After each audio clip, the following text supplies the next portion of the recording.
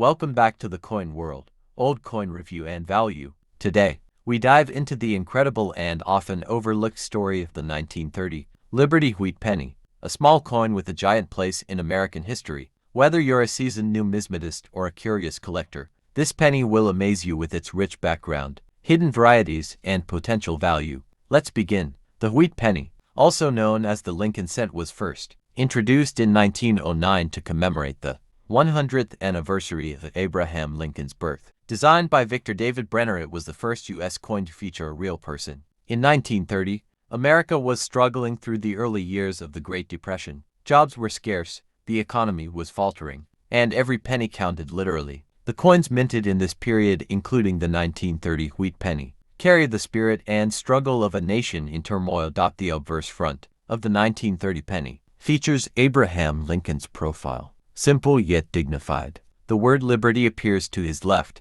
and the year 1930 is stamped to his right. On the reverse back, two stalks of wheat flank the words 1 cent and United States of America. Above it reads E pluribus unum, Latin for out of many, one. The 1930 penny was minted into locations: Philadelphia no mint mark, San Francisco S mint mark. The 1930s wheat penny is considered scarcer, with lower mintage figures compared to its Philadelphia counterpart. Philadelphia mint around 157 million coins. San Francisco mint roughly 24 million coins. While not the rarest of wheat pennies, the 1930s has become more desirable due to its lower mintage. Some 1930 wheat pennies feature fascinating mint errors, such as double die-out versus doubled letters and numbers, off-center strikes, lamination flaws. These errors can dramatically increase a coin's value. The value of a 1930 penny depends on its condition. Circulated, 10 cents to $1.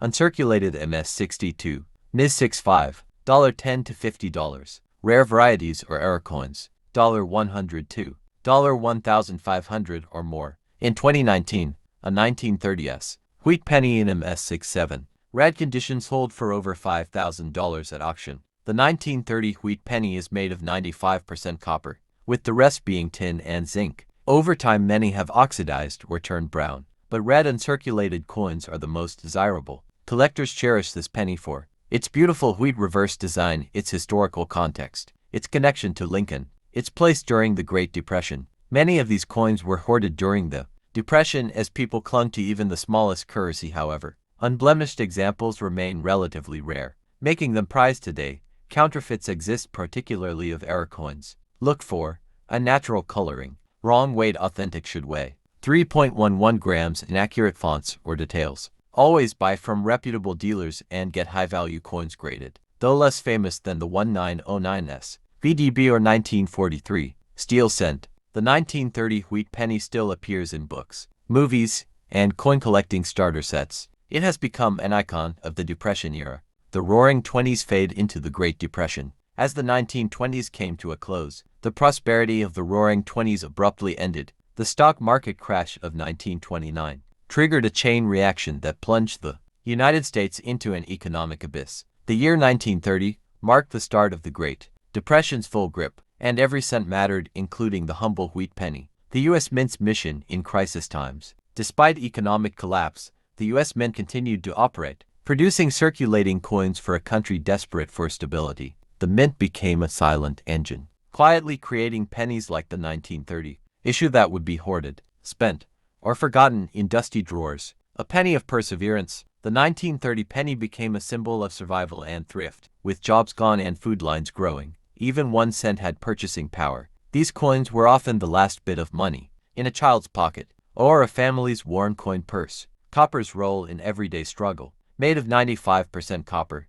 the 1930 penny had intrinsic value in a time when people even melted metal objects for basic needs. Copper became a war material later, but in 1930, it was the foundation of the people's coin. From presidents to pennies, Abraham Lincoln, featured on the coin, was chosen in 1909 for his unifying legacy. During the 1930s, his presence on the penny took on deeper meaning, a reminder of hope, leadership, and moral resilience during dark times. Mints against the tide. While the Philadelphia Mint pressed over 157 million 1930 pennies, the San Francisco Mint produced far fewer, about 24 million. Even during downturns, The mint's production adjusted based on national demand and regional economy. Philadelphia's historic role. The Philadelphia Mint, founded in 1792, played a massive role in producing coins throughout America's financial crises. The 1930 penny was one of its key productions during a time of extreme national need. San Francisco Mint and West Coast scarcity.